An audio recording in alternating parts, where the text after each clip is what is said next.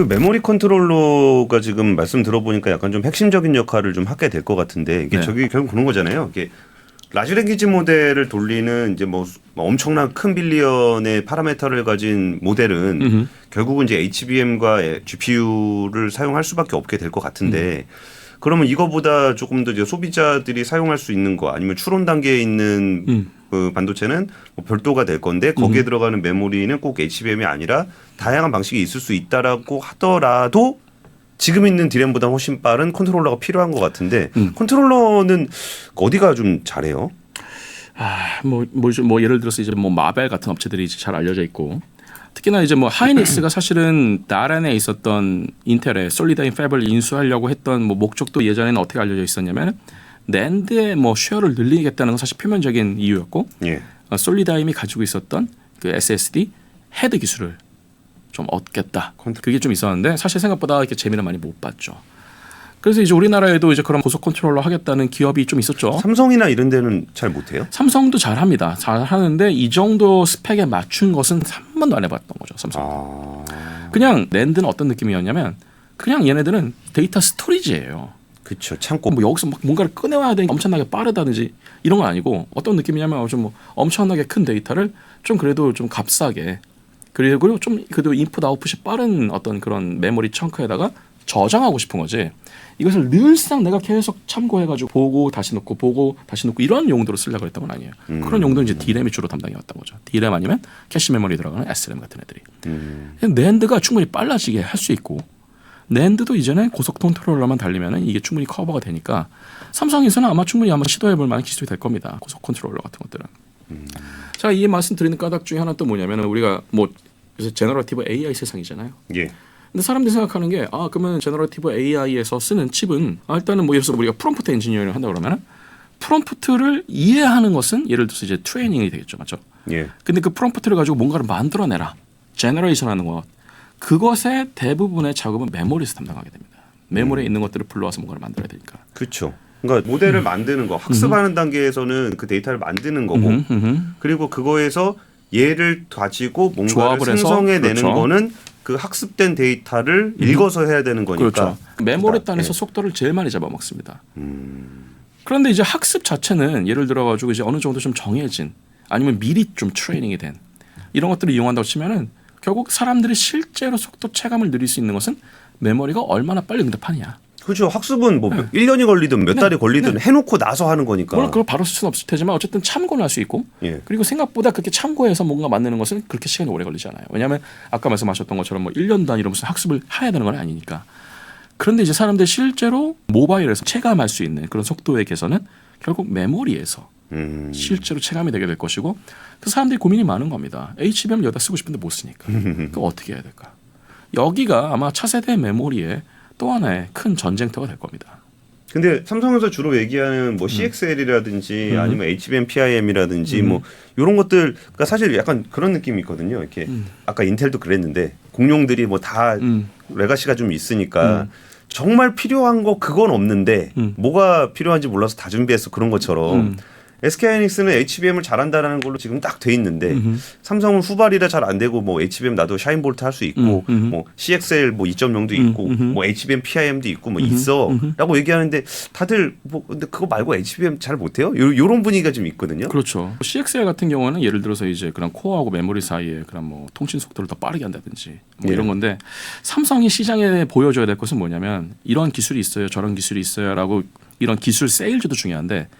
양산 레벨에서 충분한 수율을 가지고 퀄리티 테스트를 통과한 제품을 언제까지 얼마나 만들 수 있다는 걸 보여줘야 됩니다. 누구에게까지도 필요한가요? 아니면 뭐 예를 들어서 이제 엔비디아의 세컨 밴더를 뚫었다라는 걸 확실하게 좀 인정받으려고 그러면은 R&D 수준이 아니고 정말로 이제 대량 생산 수준에서 이게 충분히 워킹한다는 걸 좀 보여줄 필요가 있겠고 그 외에 아까 얘기했던 그냥 기본적인 HBM에서 달성해야 되는 세 가지 기본 요소들 얼마나 에어리어를 축소하고 얼마나 전성비를 빠르게 우리가 할 수 있고 그리고 얼마나 이 밴드위스를 높일 것이냐. 요건 기본적으로 계속 선행 기술의 로드맵을 보여주면서 그러면서도 이제 이런 밴더들의 목적에 맞게끔 양산을 안정적으로 할 수 있다는 것도 보여줘야 되겠죠. 사실은 그래서 지금 이제 메모리가 올해 업타운이 되기 시작하면서 돈이 들어오게 되면은 삼성이 요 현금을 굉장히 좀 잘 쓸 필요가 있을 겁니다. 그래서 이제 과연 이거를 엔비디아의 세컨 벤더 정도의 입장에서 우리가 만족을 할 것이냐, 아니면은 이제 아예 엔비디아의 대항마가 될 만한 기술을 가진 업체들하고 연합 전세를 만들 것이냐. 여기서 질문. 뭐 되게 싼마이 같은 질문인데 지금 말씀의 바로 다음 답변입니다. 네. 엔비디아는 영원할 것인가? 그 대항마가 생기는 그 연합이 생긴다면 어떤 부분을 포인트로 잡아서 대항할 것인가? 이것 좀 부탁드릴게요. 일단은 이 엔비디아가 이렇게 지금 AI 반도체 광풍에서 이렇게 큰 영향력을 발휘하게 된 것은 엔비디아가 칩을 잘 만들어서도 그렇습니다만, 엔비디아가 기가 막히게 뭘 잘 만드냐면 자사의 리소스를 가지고 마치 파운드리처럼 자사의 리소스를 가지고 어떠한 목적의 AI를 하든지 자기네들이 만든 요 알고리즘 혹은 칩을 기반으로 구동할 수 있는 플랫폼을 만들어줬어요. 혹시 의료 인공지능 하고 싶으십니까? 여기에 적합한 뭐 예를 들어서 MRI 이미지 처리에 적합한 알고리즘을 지원하는 이런 칩이 있다. 근데 이런 칩을 만들려면 이런 프로그램이 뭐 SDK가 필요할 텐데 이것도 우리가 다 제공해 주겠다. 엔비디아는 그래서 GPU만 잘 만드는 게 아니고 그 GPU를 잘 활용할 수 있는 플랫폼을 만들어주고, 뭐 쿠다는 너무나 잘 알려진 것이고요. 그렇죠. 이런 것들이 이제 엔비디아의 어떻게 보면 지배력을 지금까지 굉장히 단단하게 만들어 왔다라고 볼 수가 있는 요소인데, 이러한 요소들을 충분히 고민하지 않고 많은 스타트업들은 엔비디아보다, 예를 들어서 엔비디아가 쓰고 있는 A100보다 우리가 단위 플롭스로 따지면 훨씬 더 높습니다. 우리가 전력을 좀 덜 먹습니다. 예를 들면 이런 겁니다. 엄청나게 이제 빠른 스포츠카를 만들었는데 엔비디아는 이제 그거보다는 좀 뭐 덜 빠른 스포츠카긴 한데 어쨌든 간에 얘네들은 1000km를 갈 수 있어요. 근데 이제 새로 스포츠카를 만든 사람들은 100km까지밖에 못 가는데 우리는 엔비디아보다 앞유리 창이 더 큽니다. 우리는 엔비디아보다 타이어가 더 큽니다. 우리는 엔비디아보다 연료 소모량을 어쨌든 초기 10초 정도는 줄일 수 있습니다. 뭐 이런 얘기를 하는 거예요. 사실입니다. 거짓말이 아니에요. 그런데 그것은 본질을 다 얘기하지 못하는 표현들이죠. 근데 이제 AI 칩 스타트업들이 그런 얘기를 하는 것은 다 이해가 됩니다. 왜냐하면은 어쨌든 레퍼런스는 무조건 엔비디아가 될 테니까. 그렇죠. 그래서 엔비디아하고 1대1로 비교를 할 때 제일 이해하기 쉬운 것들은 그렇게 숫자로 나타내질 수 있는 그런 지표들이 될 텐데, 사실은 AI 업계에서는 더 중요한 게 숫자 이면에서 정말 이러한 칩을 활용해서 내가 원하는 그런 작업을 얼마나 안정적으로 할 수 있을 것이냐. 그리고 그런 방법을 만드는 데 있어서 내가 원하는 그런 프로그램을 만들기 위해서 이런 회사가 SDK 혹은 이런 관련된 플랫폼을 얼마나 열어주느냐가 굉장히 중요한데, 엔비디아가 거기에 굉장히 전략적으로 대응을 잘합니다. 그래서 한번 그쪽에 맛을 들인 사람들은 거기를 벗어나지 못해요. 워낙에 라이브러리도 많고 예. 개발자 커뮤니티도 잘 돼 있고, 그리고 쿠다도 이제 점점 이제 사람들이 이제는 다 엔비디아에서만 돌아갈 줄 알았지만 이제는 쿠다 자체가 다른 칩에서도 돌아갑니다. 근데 그건 엔비디아가 원하는 거예요. 엔비디아가 맨 처음에는 쿠다를 엔비디아 칩에서만 써야 된다는 이런 정책을 비슷하게 가다가 바꿨어요. 아무나 쓰세요. 대신에 결국 쿠다 쓰면은 엔비디아 생태계에 계속 종속이 되는 거죠. 그렇죠. 이런 식의 전략으로 바꾸다 보니까 엔비디아는 이제는 반도체 회사라고 불리지 않습니다. 그냥 AI 자체예요. AI 회사 자체예요. 이런 관점을 놓고 봤을 때 누군가가 타도 엔비디아를 외친다. 칩에만 만약에 초점을 맞추면서 외친다. 그러면 실패할 확률이 높습니다. 엔비디아가 상대적으로 소홀한 그런 니치 마켓을 먼저 타겟을 삼는 게 일단은 어떤 들머리를 잡는 과정에서는 더 좋을 겁니다. 예를 들어 가지고 이제 이슈가 되고 있는 뭐 자율주행차, 예. 아니면 뭐 의료 인공지능, 아니면 뭐 여러 가지 이런 굉장히 핫 이슈가 될 수 있는 인공지능의 적용 분야가 아닌 영역이 있어요. 예를 들어서 되게 레가시 산업들, 석유화학에서 맞춤형 AI 칩을 갖고 싶다는 사실을 알고 계십니까? 석유화학에다 AI를 뭘 좀 이상하잖아요. 예. 말이 돼요? 이런데 석유화학의 고민이 뭐냐면 석유화학은 더 이상 이제 석유화학을 못 하게 됐어요. 화석연료 때문에. 아, 예, 예. 근데 이 공장은 너무 비싸잖아요. 예. 죽일 수는 없어요. 뭔가를 바꿔야 돼요. 근데 시스템이 너무 복잡해요. 근데 이 시스템은 다 뭐에 맞춰져 있었냐면 이 탄화수소를 어떻게 잘 만들고 어떻게 분리하고 어떻게 더 좋은 플라스틱으로 만들까. 예. 이걸 뭘로 바꾸고 싶냐면 이제는 신약 공정 개발로 바꾸고 싶어요. 예를 들어서. 뭐 이런 것들을 바꾸려고 그러는데 이게 생각보다 너무 복잡한 거예요. 신약 개발하는 거랑 비슷한 거네요. 그렇습니다. 이제 공정 하나 바꾸고 하는데 수백억씩 들어갑니다. 예를 들어서. 이거를 일종의 버추얼 테스트 할 수 있는 디지털 트윈 같은 걸 해요. 그런데 이런 칩을 만드는 데 있어서는 그냥 일반적인 칩이 아니고 무슨 자율주행차용 칩이 필요 없습니다. 뭐가 들어가야 되냐면 이런 화학공학, 화학공정에서 많이 쌓였던 그런 특정한 도메인 지식들, 도메인 예. 데이터들을 제대로 학습하고 이거를 그거에 맞게끔 옵티마이즈하고 처리할 수 있는 전용 칩이 있으면 좋겠다는 거예요. 그럼 예를 들어서 그런 칩을 만들겠다는 스타트업이 나오면은 그 시장은 다 먹는 겁니다. 예를 들어서. 또 이런 것도 있을 수 있어요. 뭐 예를 들어서 제가 엘리베이터 회사 얘기를 자주 하는데 엘리베이터 회사들이 생각보다 이런 칩을 되게 갖고 싶어합니다. 엘리베이터는 되게 그냥 레가시 칩 정도 그렇죠. 쓰는 거 아닌가요? 굉장히 싸구려 칩을 씁니다, 사실은. 예. 근데 앞으로 이 엘리베이터가 어디로 갈 거냐면은 이제는 단순히 고속 엘리베이터나 아니면 이런 큰 빌딩에서의 엘리베이터뿐만 아니라 이제 좀 약간 막혀져 있는 시티, 예를 들어서 사우디에서 짓고 있는 네옴시티 같은 것들. 네옴. 예. 거기는 수평 엘리베이터도 되게 중요해요. 예를 들어서 이제 150km가 아니고 뭐 한 1.5km짜리 빌딩이 있다 칩시다. 거길 걸어 다닐 건가요? 고속으로 왔다 갔다 해야 되잖아요. 그래서 엘리베이터의 관제 시스템이 점점 중요해집니다. 이제는 수직, 수평, 회전 다 들어가야 됩니다. 이제 엘리베이터. 그러니까 예를 들어서 3층에 뭐 5번 구역으로 갈 거야 이렇게 누르면 위로도 가고 옆으로도 가고 막 그래야 개방형 된다는 거죠. 건물이면 드론을 쓰면 돼요. 근데 만약에 격벽에 있는 건물이면 이제 엘리베이터가 되게 중요해집니다. 그런데 이 엘리베이터 관제를 사람만 왔다 갔다 하는 게 이제 화물도 왔다 갔다 해야 될 거 아니에요. 그렇죠. 하루에 대해서 수십만 번이 왔다 갔다 해야 될 겁니다. 엄청나게 이제 관제 시스템이 중요해지는데 이거 사람이 다 못합니다. 반도체가 해야 되겠죠. 그런데 그렇네요. 엘리베이터 회사에서 무슨 데이터를 가지고 있냐면 각 시간대별 화물 혹은 사람들의 이런 운송 데이터 같은 것들을 쌓고 있어요. 업종별로. 이런 것들을 가지고 와서 하겠습니다. 근데 칩을 만들고 싶어요. 근데 이제 칩을 만드는 회사에서는 엘리베이터 데이터 이런 거 별로 중요하게 생각하지 않을 거예요. 그리고 오늘 이 프로그램을 들으시는 분들을 위해서 한 가지 굉장히 재밌는 정보를 하나 더 말씀드리면 사실 이러한 자체적인 칩을 제일 갖고 싶어하는 또 업종 중에 하나가 바이오 쪽입니다. 바이오 메디컬 쪽. 뭐 아까 말씀하셨던 신약도 어떻게 보면 여기에 포함이 될 수도 있는 건데 더 재밌는 건 이런 거죠. 예를 들어서 내가 신약을 만드는데 예전 같았으면 이런 케미칼 가지고 만들잖아요. 예. 요즘에는 프로테인 엔지니어링에서 만들려고 그래요. 단백질 엔지니어링. 예.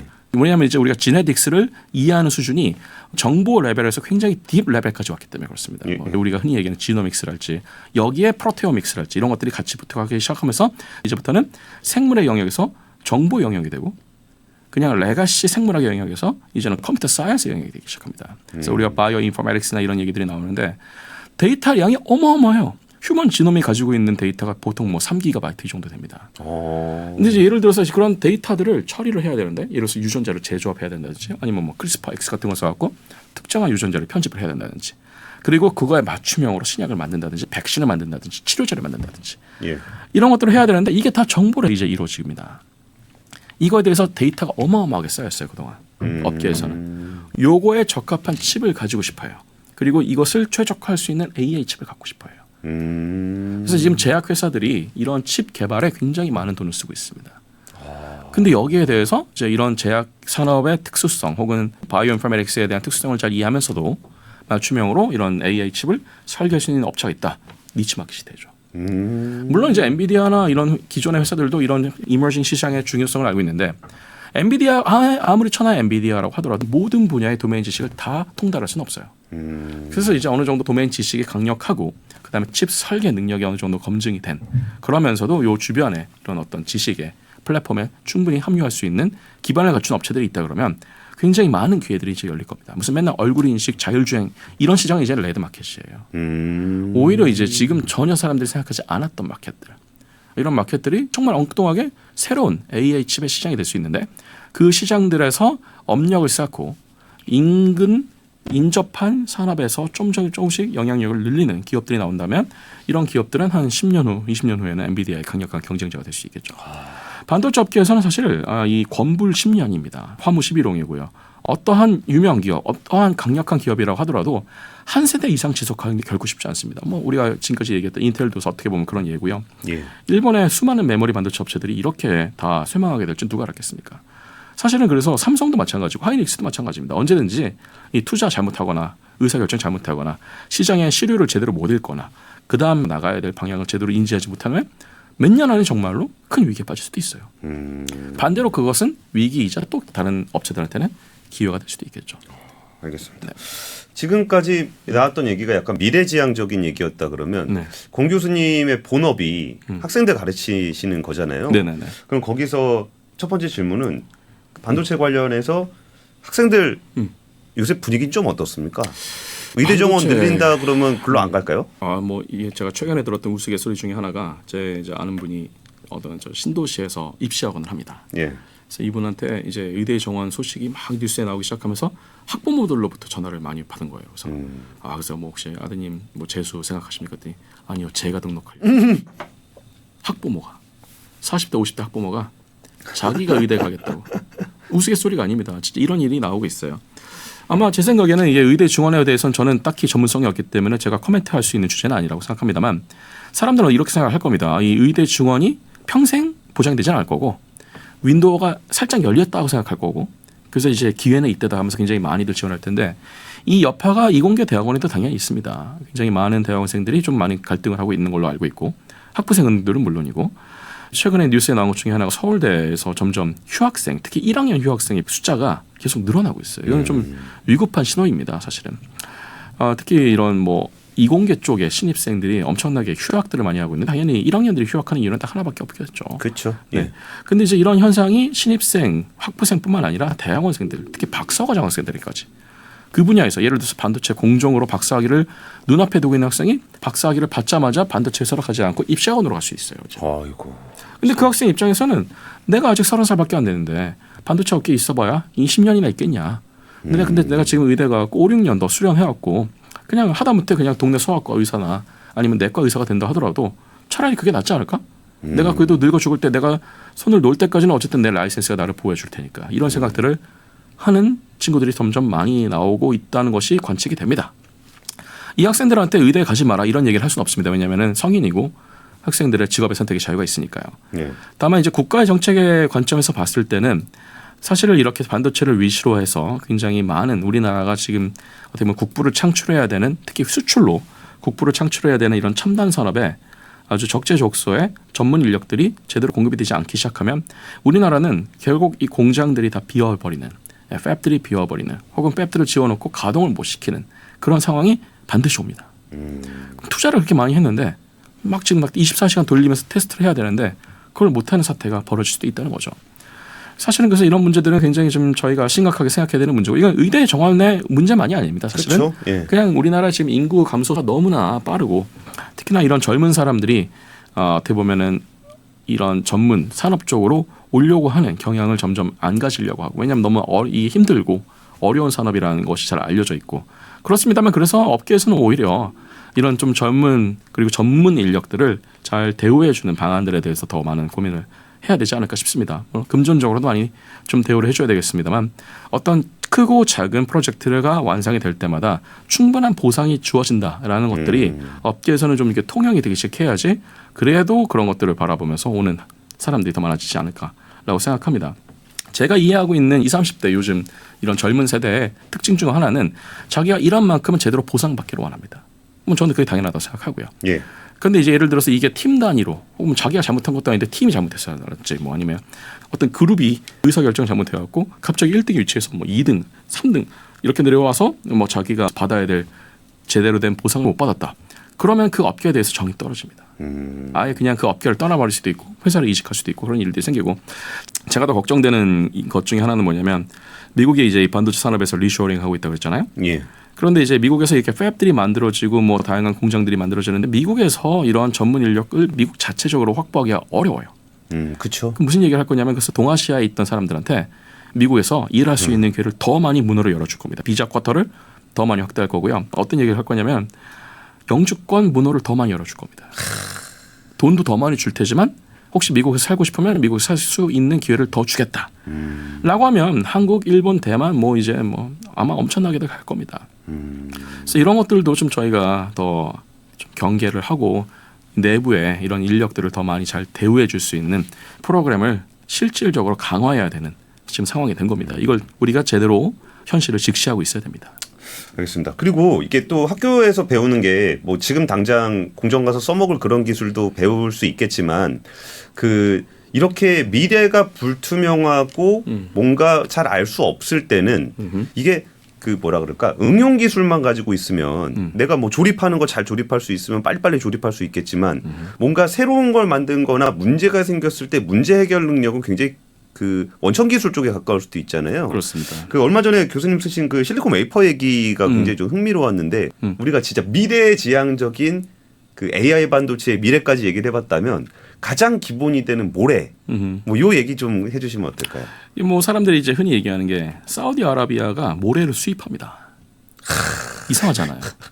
근데 모래별로 품질이 좀 차이가 나요. 근데 그 품질의 차이라는 게 결국 그런 겁니다. 모래가 보통 이제 석영 뭐 장석 이런 것들로 이루어져 있는데 그 중에서 이제 반도체 업계에서 관심을 가지고 있는 것은 석영, 즉 이산화 규소 SiO2입니다. 근데 이 SiO2가 맨 처음에 모래 안에 있을 때는 굉장히 불규칙한 결정 구조를 가지고 있어요. 아니면 결정 구조가 아예 없거나 예. 이런 것들은 우리가 웨이퍼에다 못 씁니다. 그래서 사실은 모래에서 실리콘 웨이퍼를 만드는 과정에는 굉장히 많은 시행착오가 있었습니다. 일단 기본적으로 모래 자체를 일종의 이게 액체 이산화 규소로 만드는 게 중요한데 그러기 위해서 뭐 가열을 한다든지 아니면 염산에 녹인다든지 그런 작업들을 거치고요. 이게 마치 솜사탕 만드는 거랑 비슷합니다. 나중에는. 그래서 그렇게 액체 상태의 규소를 이제 우리가 어떤 수소 같은 것들을 집어넣어서 수소 가스를 집어넣어서 이제 우리가 SiH4 같은 것들을 만들어내기도 하고 실리케이트를 해서 어쨌든 간에 단결정 실리콘을 만들기 위한 예비적인 순수한 액상의 규소 액체까지 만듭니다. 그게 만드는데 대충 한 이제 200도에서 300도 정도의 온도가 필요하고요. 예. 그렇게 액상으로 만들었을 때 제가 아까 솜사탕 만든 거랑 비슷하다고 그랬잖아요. 씨앗이 될 수 있는 단결정 실리콘이 있어요. 근데 이 씨앗이 굉장히 규칙적인 원자 배열을 가지고 있어서 액체 상태의 그 실리콘에다 담근 다음에 이렇게 솜사탕 만드는 것처럼 뽑아냅니다.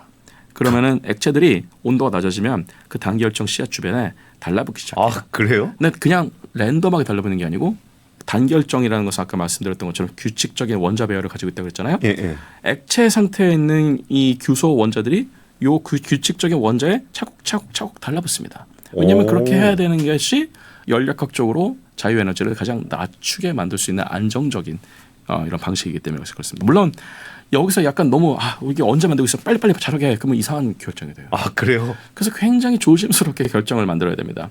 만들어서 지름 한 30cm 정도 되는 거대한 단결정 실리콘 기둥을 만들어요. 이것을 우리가 실리콘 인곳이라고 부릅니다. 인곳, 예. 주괴라고도 하죠. 한국말로는. 이렇게 만든 인곳을 레이저 커터 같은 것들로 자릅니다. 그래서 이렇게 자르면 굉장히 얇은 판때기 같은 게 나오겠죠. 예. 그리고 우리가 실리콘 웨이퍼라고 부릅니다. 예. 이 실리콘 웨이퍼를 어떻게 만드냐면은 제가 말씀드렸던 것처럼 이제 레이저 다이싱을 하고 여기서 가장 중요한 것은 이 실리콘의 퓨리티가 굉장히 높아야 된다는 겁니다. 아무리 우리가 이것을 단결정을 가지고 그리고 순도가 높은 액상 규소를 만들고 하더라도 거기에는 뭔가 불순물이 있게 마련이에요. 예. 근데 실리콘의 특징이 뭐냐면 얘네들은 반도체야. 전도체가 아니에요. 그러니까 어떤 느낌이냐면 여기에 불순물이 들어가면 이게 메탈 같은 불순물이 들어가면 내가 원하지 않는 전도도가 어떤 지역에서 나올 수가 있는 거예요. 전기 전도도가. 근데 이 전기 전도도가 내가 원하지 않는 수준으로 나오면은 이거는 나중에 디바이스를 만들었을 때 다 이거에 디펙이 돼 버립니다. 그래서 순도를 어디까지 컨트롤해야 되냐면은 11.9까지 컨트롤합니다. 99점 뒤에 9가 9개 더 붙어요. 99.9. 네. 실리콘 태양 전지에 들어가는 실리콘 패널 같은 경우는 7.9 정도 들어갑니다. 99.99999. 예. 근데 그 정도도 사실 굉장히 높은 퓨리티라고 생각하지만 11.9는 어나더 레벨입니다.